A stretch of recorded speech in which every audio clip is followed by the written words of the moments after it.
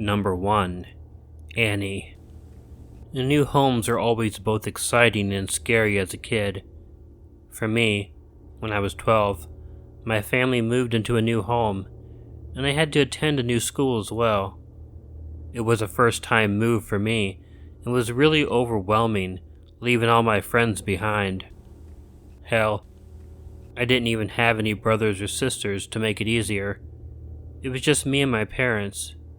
My parents bought a huge house as well. It was 2 stories, a basement and a huge attic. I felt like I was lost in it most of the time. The reason that we moved is that my mom got a new job. She was going to college when I started school, and for the first time ever, I was alone when I got home from school. Normally, I'd be there for about 3 hours before my parents got home. The house was so large, and it was weird being alone in it every afternoon.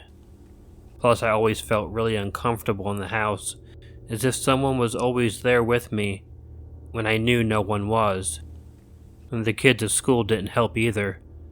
They weren't too used to having new students, and they didn't take to me very well. I had a really hard time making friends, and it was really rough.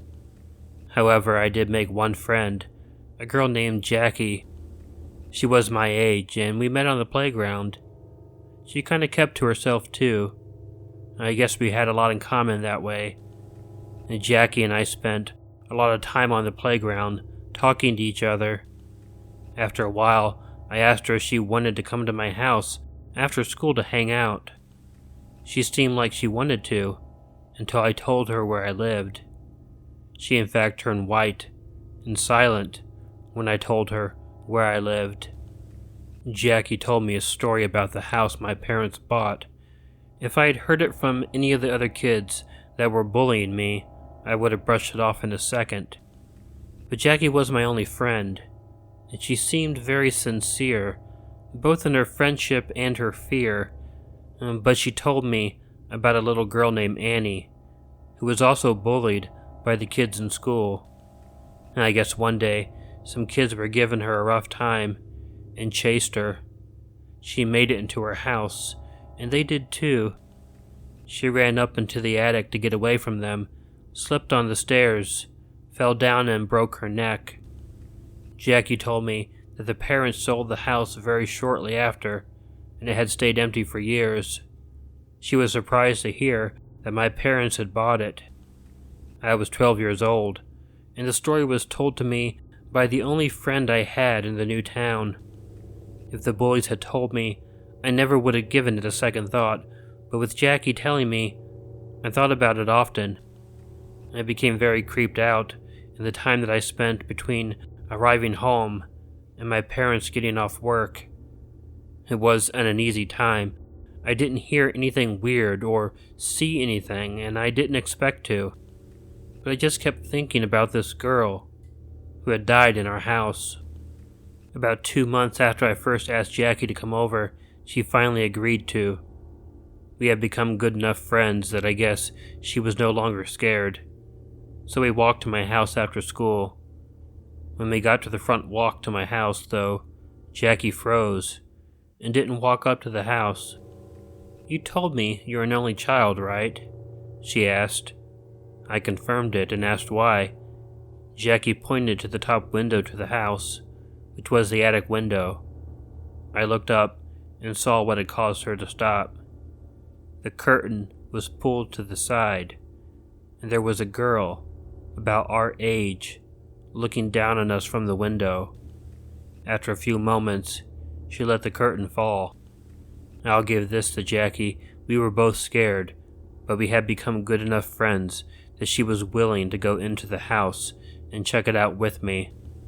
I was appreciative, because I was terrified. We searched the whole house, and it was empty. And when my parents got home, they were happy I had found a friend. I decided not to tell them what had happened. It was even more difficult living in the house after that, expecting to run into that little girl again. Jackie and I stayed friends for years, and she came over to my house many times. We only ever saw that little girl that one time, though, and we were both convinced It was the ghost of that little girl that broke her neck. Number 2. Steps. This isn't a long story, and it only happened to me once. When I was 12 years old, my parents bought a new house. It was a beautiful, old Victorian house. It had 3 stories and an attic. The attic had one of those trapdoor-like entrances. You grabbed the rope on it, pulled it down, and then you could go into the attic. It took me a while to really get settled into the house. It was such an interesting place, with so much room to explore. I had an older brother and a younger sister, and all of us had our own rooms. My parents and I had rooms on the 3rd floor, while my siblings had a room on the 2nd floor. The bottom floor had various rooms, such as the living room, kitchen, a study, and a family room. It was a really big house. I think we had been in the house for about a month before I really began to get used to it. I had quite the imagination and spent a lot of time reading horror comics, so I accept the fact that my mind might have been playing tricks on me. The house was very old actually, and there were a lot of things my dad was going to restore on it. But, being as old as I was, it definitely had its share of noises. Often I would stay up late and hear what I was sure were footsteps in the attic, right above my bed. The first time it happened, I really didn't know about house noises settling. I was laying in bed, and I thought I heard someone pacing back and forth in the attic. I listened for a while before I panicked and ran into my parents' room. That's when my mother explained how old houses can be very noisy. I don't know. Even when your parents explain why the things you think are scary are just really mundane, it doesn't always settle you down. I mean, when I was laying in bed and I heard the footsteps, I swear that they sounded like someone pacing back and forth. It did not seem like the house was making those noises on its own. So my parents were out on a date one night. I had the 3rd floor all to myself for the night, so I decided that I was going to go up into the attic, something I had never done before. I turned on the hallway light and pulled the cord. The steps dropped down, and I straightened them out. This was scary, not only because I had been hearing the footsteps, but also because the light to the attic was up inside the attic. I have to tell you, it was really scary climbing those steps. I almost chickened out several times, but I just had to know. So I crept slowly up the stairs, ready to bolt back down if I saw anyone up there. Finally, I got to the top. I found the light switch. It was halfway across the room on a column. I gulped, and then I ran through the dark attic and turned it on. Honestly, it was a huge disappointment. There was almost nothing in the attic, other than some old furniture, but there was nowhere for a person to hide, and there was no way there was anyone in that attic. My brother called my name, and I jumped from the startle. I left the light on and ran down the steps. I didn't put the steps back up though. My brother simply wanted to know the number for our parents' cell phone, and I gave that to him. I then walked back up to the 3rd floor. The moment I got to the top of the stairs, I froze. There was a man walking up the stairs into the attic. He had gotten most of the way up, so I only saw the back of his legs. He walked to the top of the stairs. I screamed for my older brother, who came running up the stairs. I told him what happened. He grabbed his baseball bat and went into the attic. there was no one there. He searched the whole thing, and he told me that I must have just imagined it. I know for a fact that I didn't. I'd like to say that I never heard the steps again. That's the way a lot of supernatural stories end. But I heard them all the time. I'd be laying in bed, and I would swear that I heard someone pacing in the attic. It was nearly nightly. And I always thought it was the man that I saw going up the stairs, walking back and forth, for who knows what reason. Number 3. Music box. I can't really explain how this happened, why it happened, or what even was going on. But I can tell you what it was from my perspective, and it wasn't really scary as much as it was just weird. I never knew my maternal grandparents. They passed away before I was born. My parents inherited their house. It was the house that I was born and raised in. The only way I knew my grandparents was from the photo albums and furniture and items in the house that had belonged to them. Most of my grandparents' possessions were stored in the attic. None of us kids really liked going into the attic much. It was musty, dusty, and any other usty you could think of. However, as we got older and got more curious, an old attic became interesting. When our parents weren't at home, we went ahead and explored. I have to admit, it was somewhat neat, but not too fascinating. I found a music box that I thought was really neat, and I decided to bring it down to my room with me. I put it on the nightstand by my bed and played it for a little while before I went to bed. The first night, I woke up in the morning and noticed the music box was not on my nightstand. I thought one of my siblings had taken it, but they didn't. Having a strange hunch, I did go back into the attic and discovered the music box exactly where I'd found it the previous day. I was sure one of my siblings was just playing a prank on me. I took the music box back into my room and put it back on the nightstand. I played it before I went to bed. When I woke up in the morning, sure enough, it was gone again. I didn't even approach my siblings this time. I just knew it was one of them. So I checked up in the attic again, and it was in the same spot.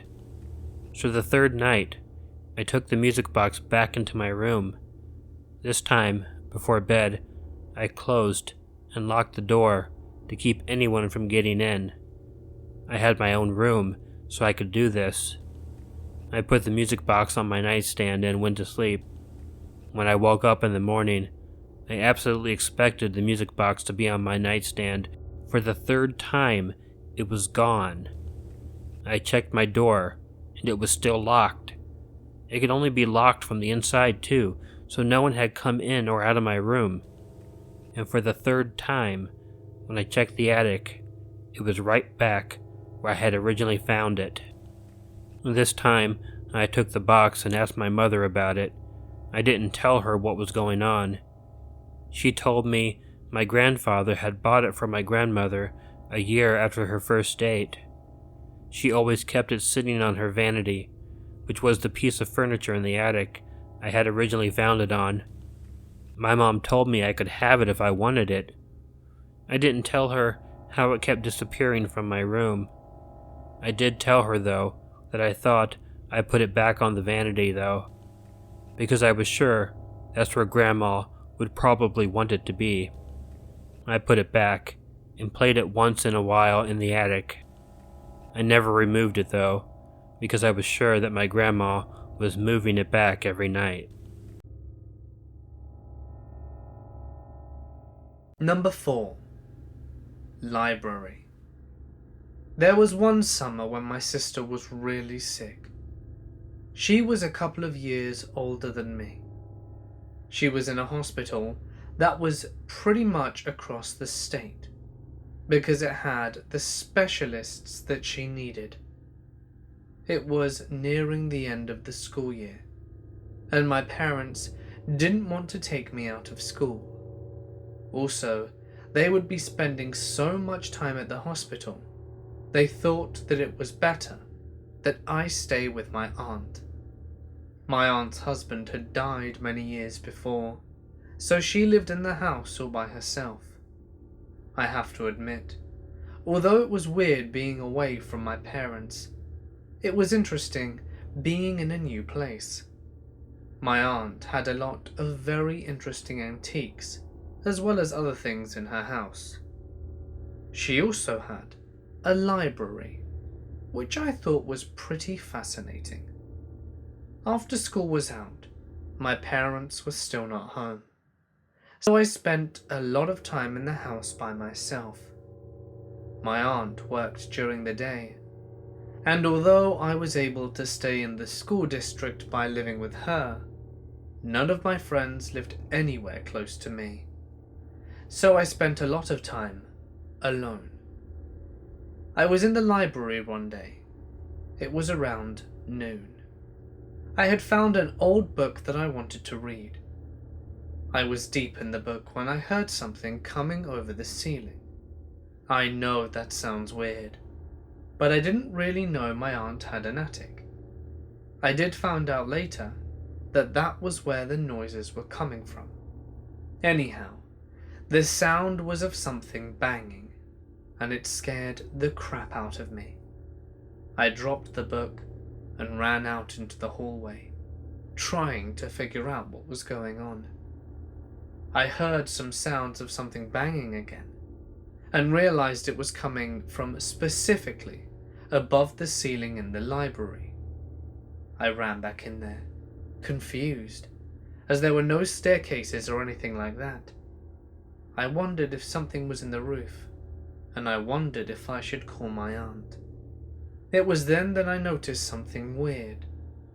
There was another banging sound, and one of the bookcases moved a bit. It moved outwards. I went over and checked it out, and I was totally shocked when I realized it was a door. I opened it up, and there was a staircase leading upstairs. Okay, now I have to tell you how I was feeling at the time. I was really scared by the banging, but I also found a freaking secret passageway in the library. Growing up as a huge fan of the movie The Goonies, I just really loved stuff like that. So even though I was scared and thought someone was up there in the attic, I really wanted to go and check it out.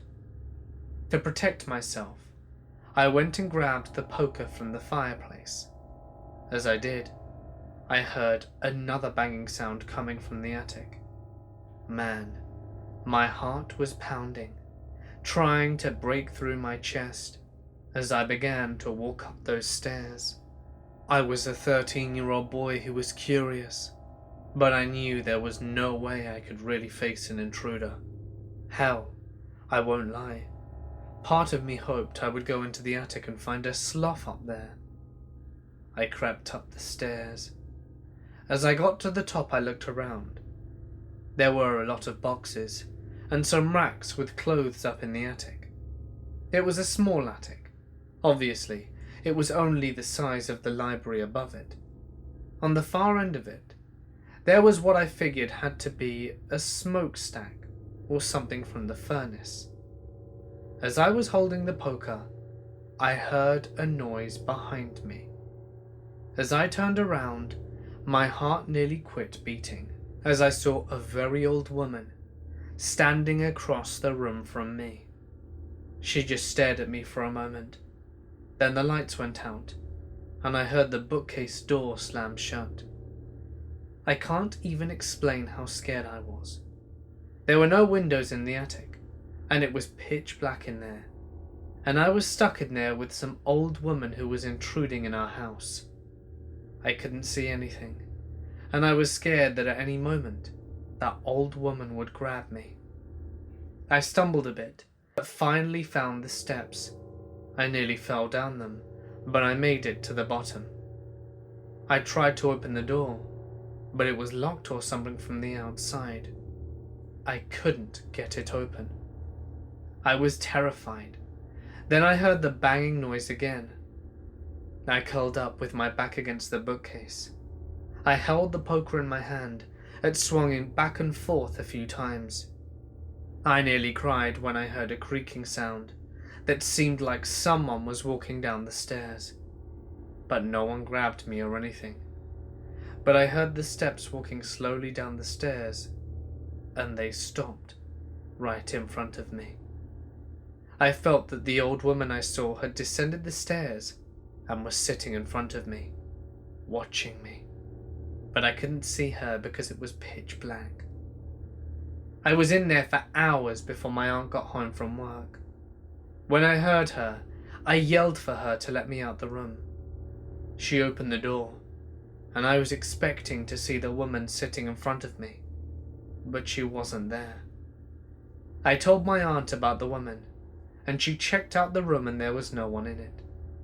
She was surprised that I had found the passageway, as she kept it locked. I explained to my aunt what happened to me. I was surprised she believed me. She told me it happened every now and then. She'd never seen the old woman, but she had heard the banging noises before. She said they didn't happen often, and she'd just learned to ignore them when they did. She also suggested that I stay out of that room. Well, she didn't have to tell me twice. I was there for another 2 months, and I never heard any banging noises after that. I didn't go back into that room either. But I also have never forgotten the sheer terror I went through, and I will always wonder who that woman could have been.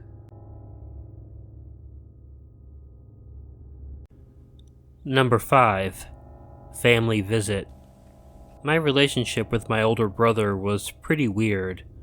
Although bigger and much stronger than I was, he sometimes seemed much more frightened by things than I was. There were many times as we were younger that he came into my bedroom and asked if he could sleep on the floor or at the foot of my bed. I was always okay with this, but I just didn't understand it. I mean, my brother slept in the attic of our house, and it was a really nice attic. It had a spiral staircase leading up to it. It wasn't drywalled, the wood was bare up there, but it looked beautiful and smelled even nicer. I would have likely traded him for the room if I thought he would have accepted the trade.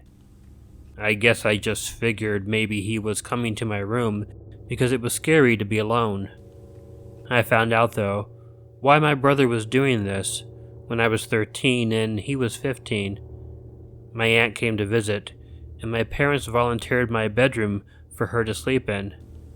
My brother wasn't going to be home that weekend, but my aunt had a bad hip and didn't want to go up and down the spiral staircase, so I willingly went to sleep in my brother's attic bedroom. When I turned out the lights and laid in bed, I began to get a general idea as to why my brother would be scared to sleep in there. It was definitely creepy with the lights out, but it wasn't completely dark. His bed was set under a window, and there was light from the street lamps shining in the room. Again, it was creepy, but not to the extent that I honestly believed it should scare my brother. I fell asleep easier than I thought I would in a different bed, and I slept good. I woke up, though, because I felt someone shaking me awake. However, when I opened my eyes, there was no one by the bed. Then I heard some footfalls. I saw what looked like, in the dark, a little 5-year-old boy standing at the foot of my bed, looking at me. He just stared. I couldn't even tell what sort of look he had on his face. He then said to me, "I watch you while you sleep. I watch you while you sleep." Then after a few moments, he turned and ran to the far side of the room. Terrified, I turned the lamp on. I searched the room and didn't find anyone. I was so creeped out, though, I'm not ashamed to say, I slept the rest of the night with the light on. I didn't mention what I saw that night until a few weeks later when my brother shook me awake at night. He wanted to sleep on the floor. I asked him if he saw that strange little boy again, and he was stunned.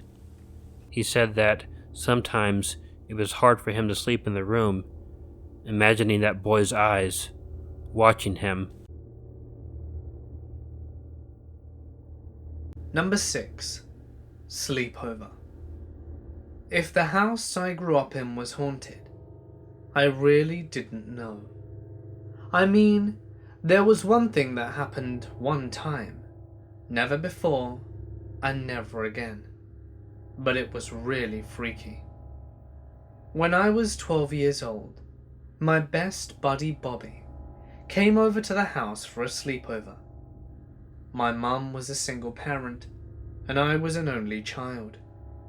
She worked as a nurse, and I would often come home by myself. The night of the sleepover, she was called into work, so Bobby and I were left in the house by ourselves. My mum trusted us, so it didn't seem like it would be a problem. Bobby and I were playing Super Smash Bros. On my GameCube. While we were playing, we heard a knocking sound on the ceiling. Both of us jumped in surprise, but I figured it was the wind or something. However, it wasn't before long when we heard the knocking again. Maybe someone's in the attic, Bobby suggested. The thought scared the shit out of me. But it did sound like someone was knocking on the ceiling with their fist. "I've got an idea," Bobby told me, and ran out of the room, and he came back with a broom. He took it and knocked it on the ceiling 3 times. 3 immediate knocks were returned from the other side. He tried it 2 more times, and 2 knocks came back. Each time we knocked, we got the same number in response. I was terrified and wanted to call the police. I had heard stories about home invasions and other things, but Bobby was feeling adventurous. He grabbed my hockey stick and told me to pull the attic hatch down. I did, and he went up there. I told him he was on his own. Bobby was up in the attic for a while, but he eventually came back down. He told me no one was up there. He tried hitting the ceiling again, but nothing happened. We never heard any knocks again. I guess this story isn't the scariest, but it was really creepy at the time.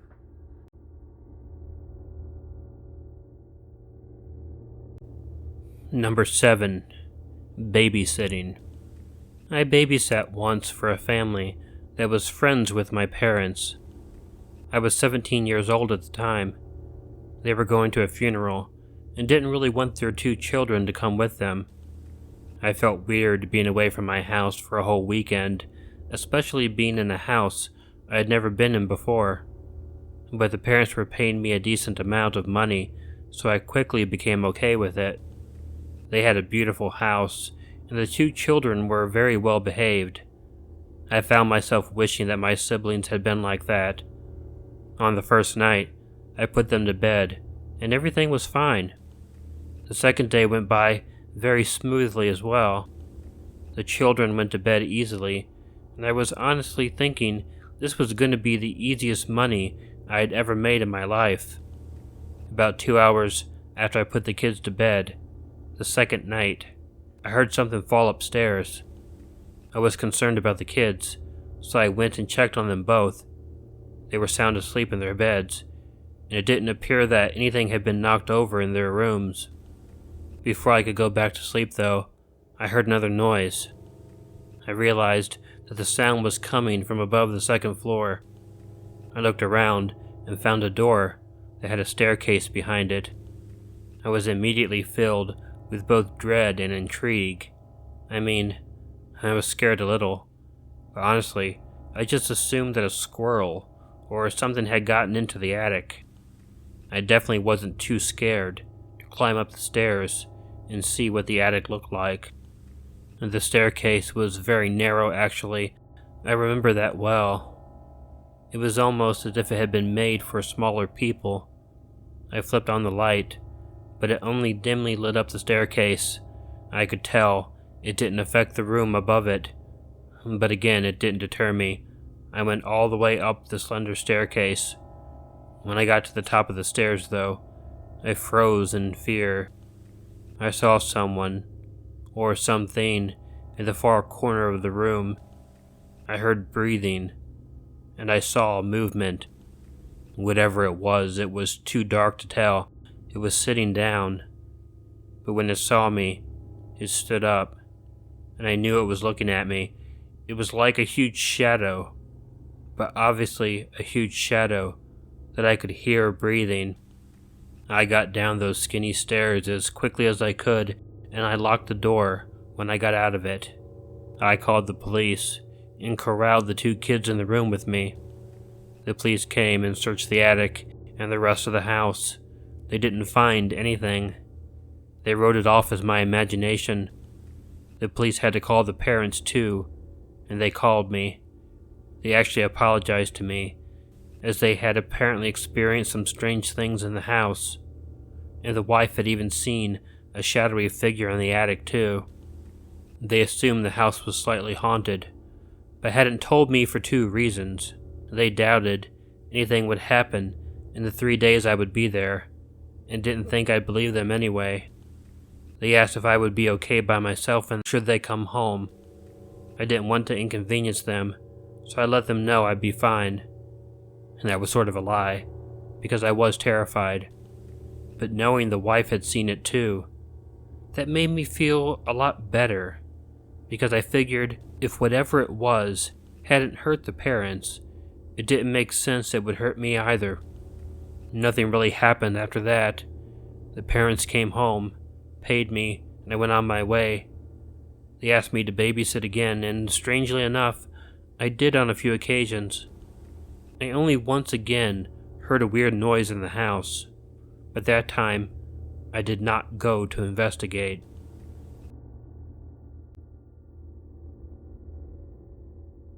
Number 8.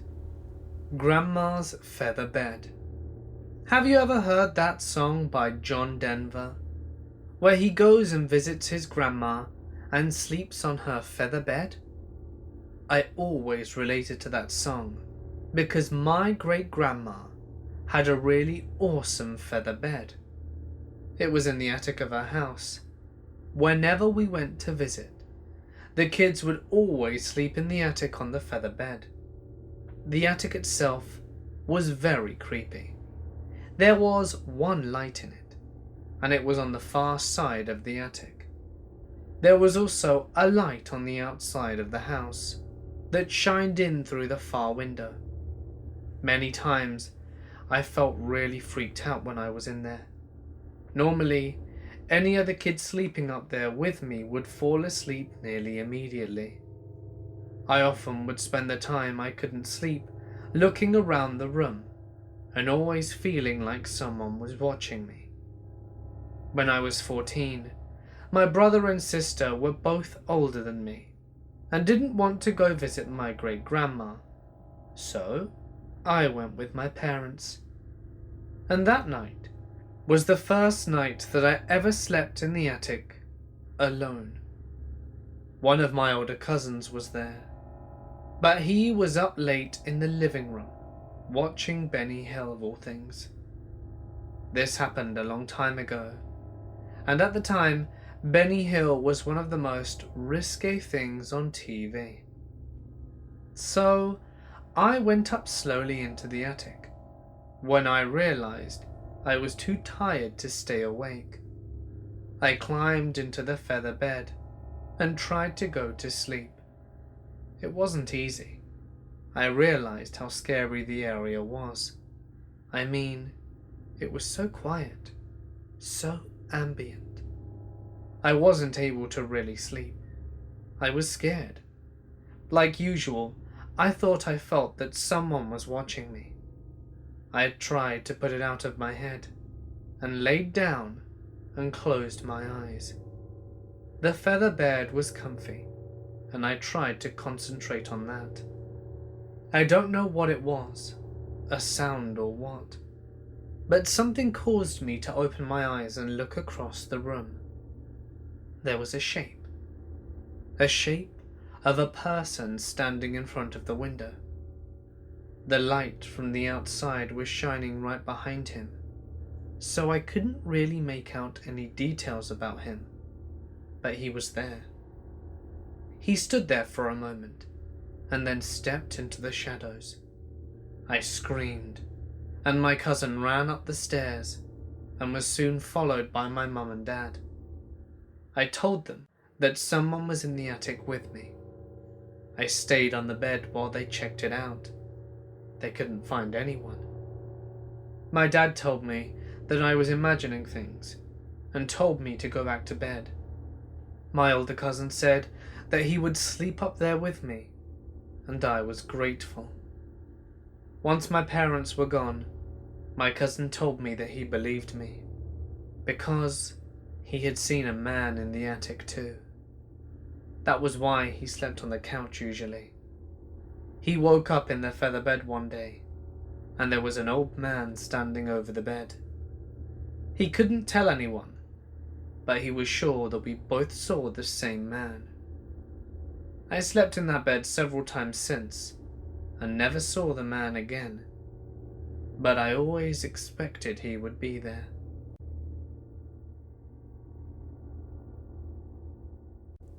Number 9. Doll in the Attic. Like many children, when I was younger, I used to love visiting my grandmother. She lived in the country in a very tiny house, and it was always a lot of fun to help her in the garden and play with the chickens. When we were stuck inside, it was always fun to go through the boxes of stuff she kept in the attic. My grandmother was a bit of a pack rat, so she saved everything, and there were tons of boxes in the attic that I loved to go through. Of course, this was always during the day, with my grandmother and my brothers or cousins there with me. At night, however, I was scared to death of that attic, and of course the attic was the place where we kids slept while visiting. Her house was very small, and while my parents usually slept in the living room, we kids had to camp in the rickety old beds that had been shoved into the small cleared area of the attic. At night, those stacks of boxes ceased to be a treasure trove of undiscovered toys and became walls behind which any number of monstrous things could be hiding. At least, that's how my childish brain saw it. It was always okay, though, because I had my cousins or my brothers with me, so even that creepy old doll that was shoved naked and dismembered into the stack couldn't actually hurt me because I wasn't alone. As I got older, however, so did my cousins and my brothers, and it wasn't long before I found myself visiting Grandma with just my parents as company. I might have been a teenager who could watch scary movies without sleeping with the light on, but Grandma's attic was a completely different matter. The very first time I ever slept in that attic alone, I remember falling asleep and snapping my eyes open just as I dozed off to stare at that doll and make sure it hadn't moved. The doll was old, and parts of its body had been removed, but they were all still there, and usually stuck in a box next to the doll. It was about 3 feet tall and filthy. It had those eyes that were supposed to close when you lay the doll down, but one of them was stuck in a permanent, half-open state, and the other just tended to roll with the slightest tremor in the attic floor. I always wondered just what had happened to get it into this state, and I felt like the doll was angry about whatever it was. After the first breakfast table with an idea. Maybe the doll was angry, but maybe if I fixed it up, it would feel loved again, and maybe I wouldn't have to be so afraid of it. And the idea of actually touching the doll gave me chills. I've been afraid of it for so long, it was hard to think of it as anything other than a source of terror. But I was older now, and I knew I shouldn't be afraid of a silly doll. It was raining, so I would spend the afternoon in the attic cleaning up the old doll and letting it know I wasn't a threat, so maybe, just maybe, I could actually get some sleep tonight. After breakfast, I gathered up a bucket of water and some rags and hauled them up into the attic. It never occurred to me to bring the doll down for some reason, and I didn't tell anyone what I was up to. There was still something very scary about the doll, and somehow I felt speaking of my plans would make things worse. So I kept quiet and did the work myself. I brought up the bucket and rags and sat them by the floor by one of the beds, then made my way over to the stack of boxes on which the doll sat. I felt her open eyes staring at me, and I tried to bite back my fear. It was just a doll, and I was doing something nice for it. "I thought you might like a bath," I said to the doll, feeling a bit silly. I carefully reached out to pick the doll up by the torso. I had visions in my head of it coming to life and biting off my outstretched fingers, but I pushed past them and grabbed her. Nothing happened, of course, but I still felt scared. "I don't know why you're like this," I explained. I don't know if I was talking to calm myself or the doll, but I thought it made sense to explain what was going on, like a doctor might to an injured patient. "I'm sorry for whatever it was, and that it took so long for me to do something about it," I added, suddenly conscious of how long I'd seen the doll in this situation, and that I'd never bothered to help it. Now I began to worry that after I fixed up the doll, it would be angry with me for not having done it before. What if once I put the missing arms and legs back on it, it decided to take its revenge on me for leaving it that way for so long? Nonsense, it was just a doll. I was really just fixing it up for my own peace of mind. It wasn't alive, and I wasn't putting it back together to make it happy. I was doing it for me, and worrying about it beyond that was childish. But still, I worried. I scrubbed the filth from her body, brushed her hair, and finally began to reattach the arm and legs. I could say that it just made more sense to clean them separately, but the truth was that I was afraid to reattach them, because I kept seeing her attacking me in my head, and wanted to put that moment off as long as possible. When she was whole again, however, she didn't spring to life and attack me. She just sat on the bed where I'd put her, lifeless, and with one half-closed eye. I had looked through the boxes earlier and found a small dress I thought would fit her. It wasn't a doll dress, but she was so big that it worked anyway. It was some frilly, lacy thing that one of us kids had probably left behind after a visit on Easter, when we would have been dressed up. And Grandma always put things like that in the attic in case we wanted them the next time we visited. Once dressed, I still bothered me, and I still found myself afraid of her, and I didn't really know what to do with her now. It was still early afternoon, and I didn't really want to play with her. I was a bit old for dolls, or at least I told myself I was, but I was struck again with the idea that not playing with her might make her angry. My mother called up the stairs and told me we were going out to lunch. I apologized to the doll and sat her up against a pillow on the bed. There were 3 beds in the attic, and this was the one furthest from where I was sleeping, so I felt a little better about putting her there. Even with all the things I was doing, I still didn't feel safe having her on my bed. "I have to go, but I hope you like the dress," I said, and went back down the stairs. I washed my hands, and even as I did, I felt like the doll was judging me for washing my hands after touching her, though in truth I was washing the grime from them after having scrubbed her all morning. My mother, grandmother, and I all left the house, leaving only my grandfather there. He didn't like to go into town and spent much of his time at home. He was very old, and I really had no idea what he did, other than carry wood in for the stove and sit in his chair spitting tobacco juice into a spittoon. We all said goodbye to him cheerfully and went off to our lunch. I asked Grandma about the doll while we were out, but she only said it belonged to one of us grandkids and had gotten left behind at some point. I was one of the youngest grandkids, so even though it had been up there as long as I could remember, I supposed it could have belonged to one of the older kids. I told her that I cleaned it up and put it back together, and that maybe one of the younger girls would want it now. She just smiled and said, "Maybe."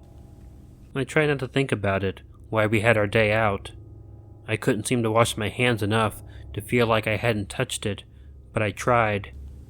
When we got back home in the evening, I had a few bags of things we'd bought while out shopping, and I took them up to the attic to put in my suitcase.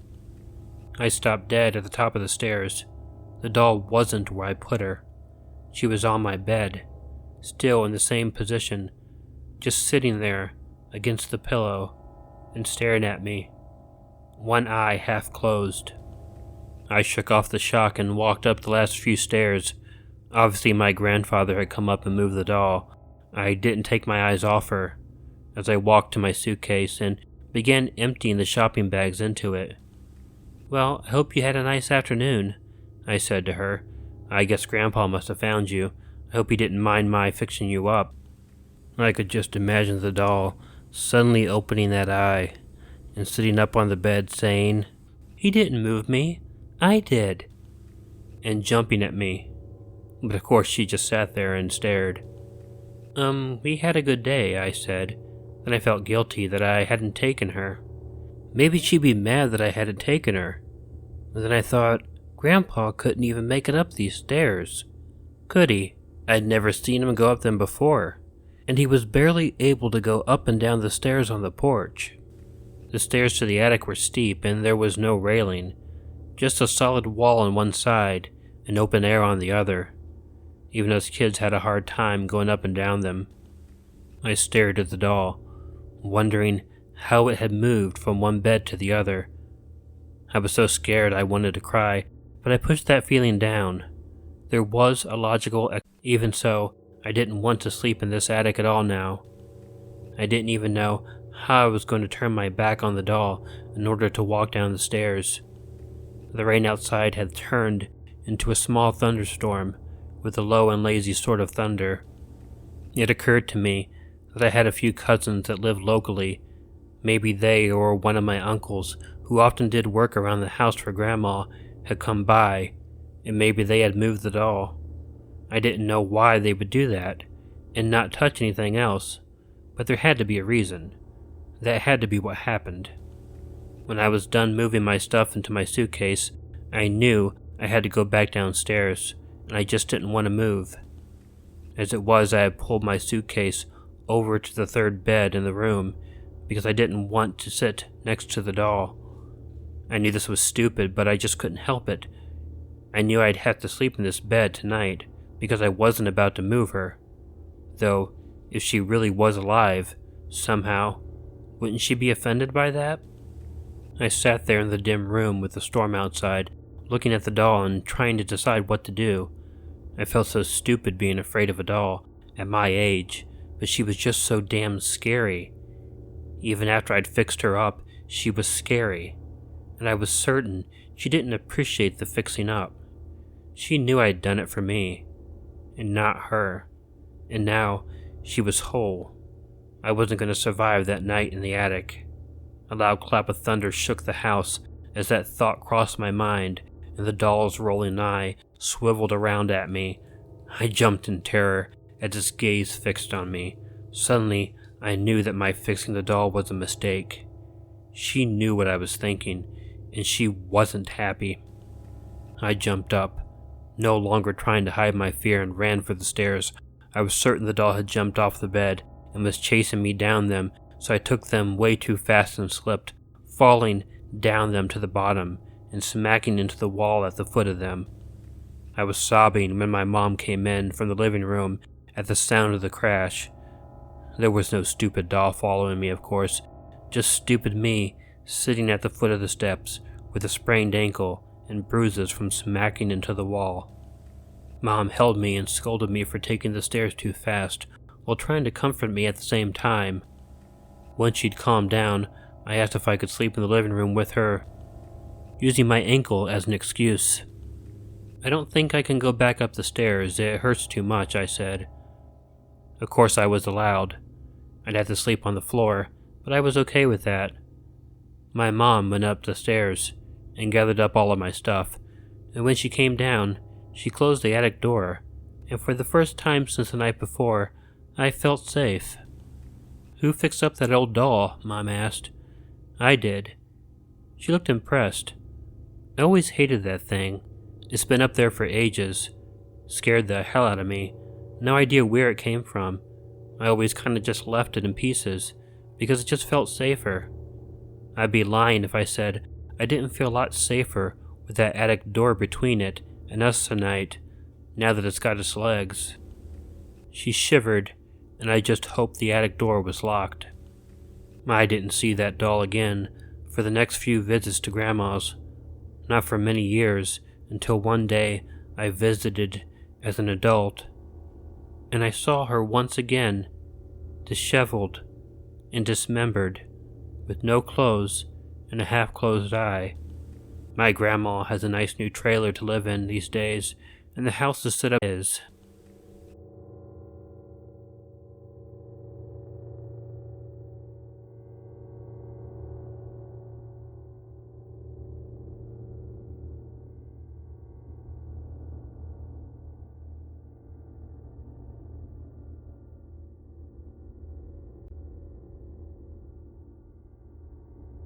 Number 10. Cutting school. I was bullied pretty badly in school. I mean, really badly. Although I loved learning, I hated going to school, because it was always hell when I was there. Words cannot even convey it. There was a rumor about one of the bullies that was going to kick my butt on my birthday. So, I decided that I would cut school. I was sure I would get into trouble for it, but I didn't care. It was my birthday.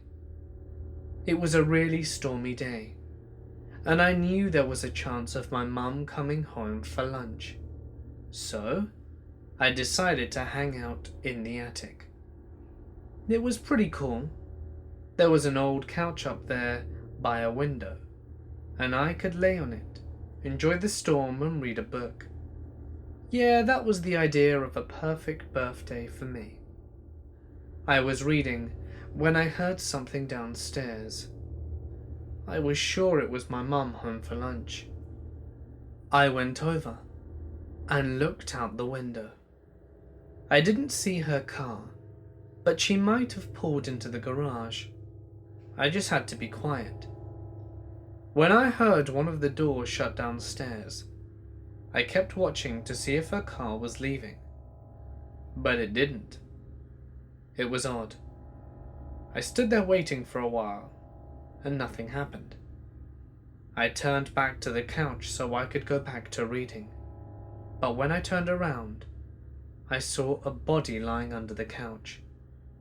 There was a really pale man, thin, with long and stringy hair, laying underneath the couch looking at me. He didn't do anything. He just lay there. His head rested at a very awkward angle, and he blinked his eyes once. I screamed, to a volume I didn't even know I could do. I quickly booked it down the stairs, screaming for my mum, who I knew hadn't left. But when I got down there was no one in the house. I checked the garage, and the car wasn't there. I didn't know what to do, so I dialed 911 and told them there was an intruder in my house. The police showed up, searched the house, and didn't find anything. No one was in the house, and there was no evidence of a break-in. Of course, my parents were called, and I was lucky it was my birthday, so they didn't chew me out for cutting school. I guess it was a ghost I saw under the couch. I don't know what else to think it was. It was very creepy.